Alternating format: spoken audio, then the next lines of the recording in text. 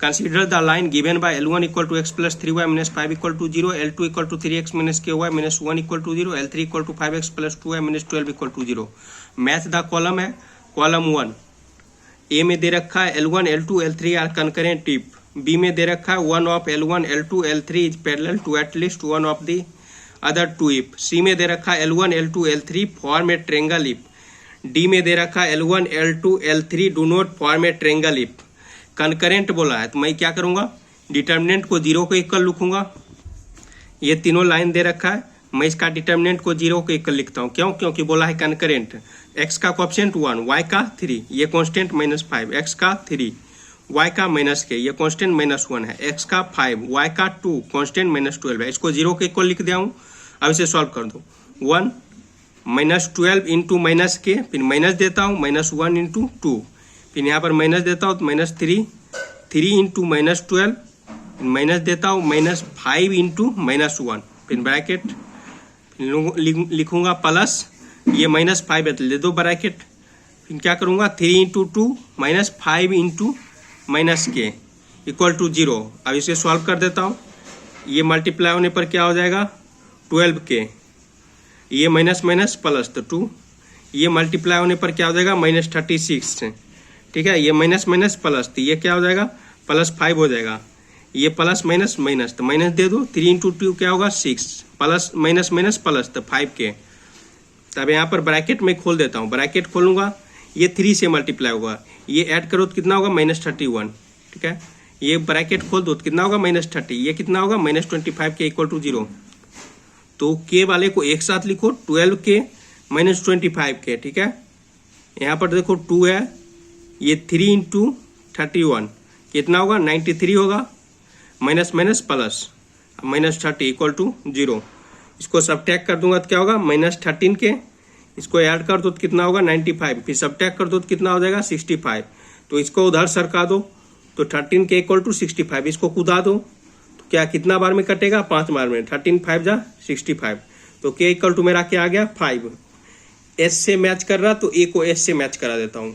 ये मेरा क्वेश्चन है, k इक्वल टू 5 आया तो a को मैं s से मैच करा दिया हूँ। अब b में क्या दे रखा है L1 L2 L3 is parallel बोला है तो मैं क्या करूंगा, x का कोएफिशिएंट क्या है 1 है, x का कोएफिशिएंट क्या है 3, तो मैं लिखता हूँ 1/3 equal to 3/-k equal to -5/-1। Also और क्या लिखूंगा, ये पैरेलल है L1 L2 L3 तो 3/5 equal to -k/2 equal to -1/-12।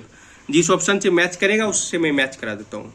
Parallel बोला है तो मैं x का कोएफिशिएंट क्या है 1 है, और लाइन 2 में x का कोएफिशिएंट 3 है, लाइन 1 में y का कोएफिशिएंट क्या है 3 है, लाइन 2 में y का कोएफिशिएंट -k है, ये कांस्टेंट लाइन 1 में -5 है, लाइन 2 में -1 है।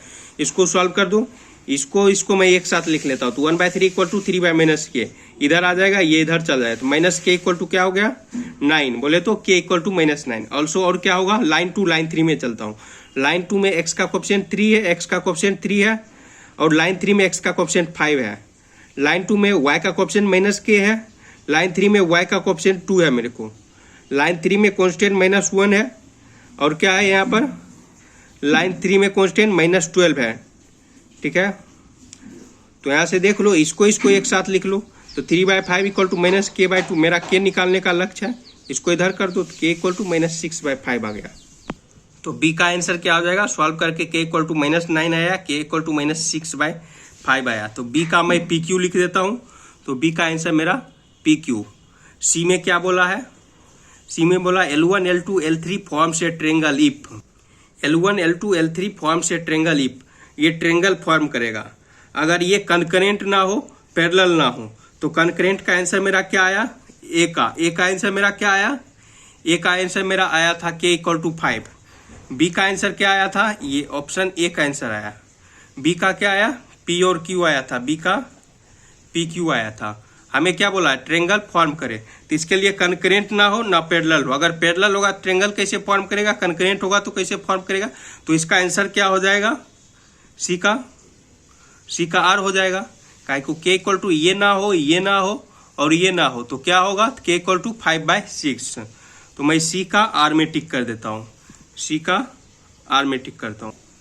बोला L1 L2 L3 forms a triangle if, तो इसके लिए क्या हो, दे आर नॉट कंकरेंट और नॉट पैरेलल। तो k इक्वल टू 5 मेरा आया था, क्या आया था, ये कंकरेंट में आया था, ये k इक्वल टू 5 नहीं होना चाहिए, k equal to -9, k equal to -6/5, ये मेरा किस चीज में आया था, ये पैरेलल में आया था, तो ये भी नहीं आना चाहिए, इसलिए लिखा नॉट इक्वल टू का।